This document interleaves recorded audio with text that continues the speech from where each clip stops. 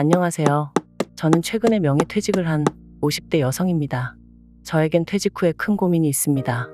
요즘은 100세 시대라고 할 만큼 기대 수명이 늘어나면서 일찍 퇴사한 퇴직자로서 앞으로 어떻게 먹고 살아야 할지 고민이 많습니다. 그렇다고 저희 자녀들에게 짐이 되고 싶지도 않기도 하고요. 오랫동안 한 직장에서 일하다 보니 할 줄 아는 것도 없고 체력은 점점 떨어지다 보니 선뜻 아무 일이나 할 수도 없는 노릇이고요. 요즘은 중년에 새로운 자격증을 따고 좋은 직장에 들어가는 사람들이 많아지고 있다고 하는데 도무지 무엇을 어떻게 해야 할지 잘 모르겠습니다. 네, 요즘 같은 불경기에 퇴직을 하게 되셨다니 마음고생이 많으실 것 같아요. 하지만 퇴직 후에도 앞으로 긴 세월을 살아가야 하다 보니 아무것도 하지 않고 생활하기에는 부담이 되기도 합니다. 그래서 많은 중년분들이 나이가 들어서도 취업을 원하는 분들이 많이 계신다고 해요. 한국노동연구원의 자료에 따르면 60대 이상의 여성 취업자 수가 150만 명이 넘는다는 통계가 있는 만큼 많은 중년 여성들이 경제적인 활동을 위해 노력하고 있다는 것을 알 수 있어요. 하지만 특히 여성분들이 50대, 60대가 되었을 때 새 직장을 찾으려고 하면 막상 어디에서 취업을 해야 할지, 어떤 직장에 들어가야 할지, 취업을 위해 무엇을 준비해야 할지 모르시는 분들이 많죠. 그래서 많은 분이 자격증을 따서 유리한 취업을 하고 싶어 하시는 분들이 많이 계시는데요. 오늘은 취업을 위해 중년에 취득하면 좋은 자격증 3가지라는 주제로 중년행복연구소 오늘의 이야기 시작합니다. 여기서 잠깐 퀴즈를 내볼까요? 많은 중년 여성분들이 늦은 나이에 많이 생각하시는 직업이 무엇일까요? 아마 많은 분이 요양보호사를 많이 떠올리실 텐데요. 누구나 고령화에 대한 부분은 인식하고 있기 때문에 많이들 자격증을 따고 계시는데요. 실제로 많은 분이 요양보호사 자격증을 취득하시지만 실제로 취업하는 비율은 약 22%에 불과하다고 합니다. 여러 요인이 있을 수 있지만 보통 요양보호사의 업무 특성이나 열악한 근무 환경, 그에 비해 낮은 급여 등의 문제가 아닐까 생각합니다. 하지만 여러분, 요양보호사가 중년 취업의 전부가 아니라는 것을 기억하시길 바래요. 우리나라가 점점 고령화가 되면서 많은 정책을 통해 중년의 취업을 지원하는 기관들이 많아지고 있어요. 고용노동부에서 펼치고 있는 여성 경력단절 예방, 재취업 지원 등 다양한 정책이 있고 여성세로 일하기 센터, 여성기업 일자리 허브, 서울특별시 청년포털 등에서도 다양한 일자리에 대한 자료를 제공하고 있습니다. 이런 자료를 찾기 위해서는 여성취업 지원 정책, 여성취업 지원 서비스, 여성취업 지원 프로그램 등 같은 키워드로 검색을 해보시면 다양한 자료를 찾아보실 수 있어요.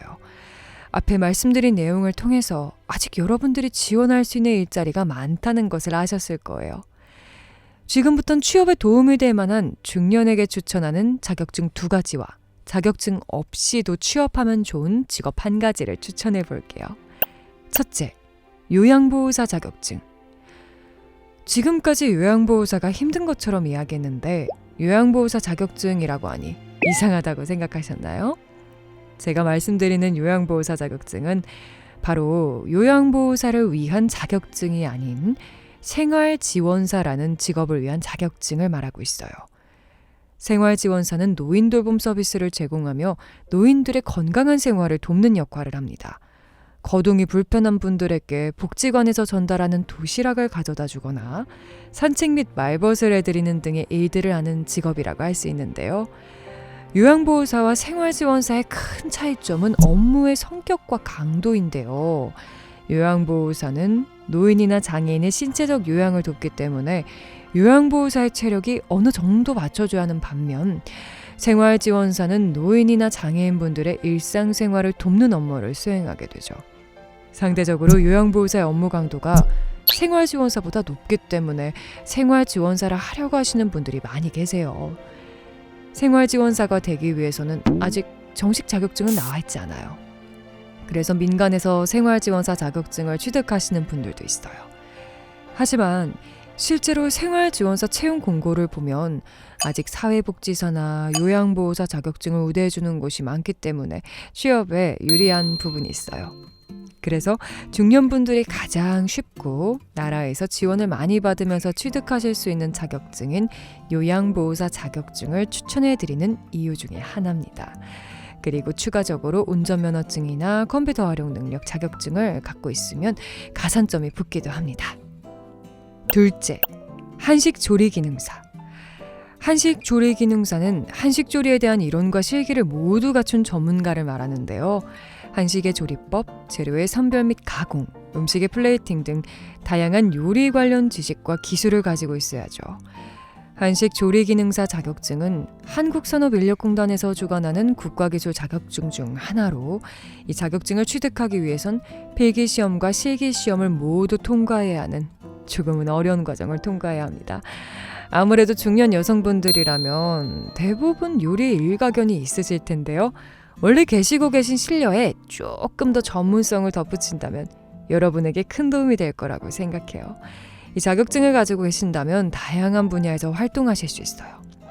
예를 들어 한식당, 호텔, 병원, 학교 급식실 등에서 조리사로도 일할 수 있죠. 특히 요즘은 유튜브라는 공간을 통해서 한식에 대한 정보를 알려주는 영상을 찍어서 한식 전문가로서 광고 수익을 얻거나 유료 강좌를 운영하거나 제품 협찬 등을 받는 유명인이 될 수도 있죠. 셋째, 반려동물 관리사 자격증. 나이가 들면서 반려동물을 키우시는 분들 많으시죠?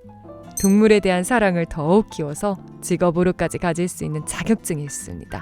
바로 반려동물 관리사인데요. 반려동물 관리사 자격증은 반려동물에 대한 관심이 높아지고 나이 제한이 없기 때문에 중년분들에게 유망직종으로 꼽히기도 합니다. 이 자격증을 취득하면 동물병원, 동물보호센터, 반려동물 미용실, 상점, 호텔 등에서 근무할 수 있고 개인적으로 반려동물 훈련사, 시터, 미용사 등으로도 활동할 수 있어 활용도가 높은 자격증이기도 해요. 자격증을 취득하기 위해서는 보통 필기시험과 실기시험으로 구성되어 있는데 때로는 독학으로 하시는 분들도 계시지만 나라에서 운영하는 직업훈련 프로그램이나 취업지원 서비스 등을 통해 관련 교육과정을 이수하시는 것을 추천해드려요. 오늘 내용 도움이 되셨나요? 여러분의 행복한 중년 생활을 위해 앞으로 다양한 이야기를 가지고 올게요. 경제적, 정신적으로 도움이 필요하시거나 제게 사연을 보내주실 분들은 댓글에 저와 대화할 수 있는 링크를 달아드릴 테니 언제든 편하게 연락주세요. 오늘도 작은 부분이나마 행복한 일이 있었던 하루가 되길 바라요. 저 서미숙이 여러분을 응원합니다.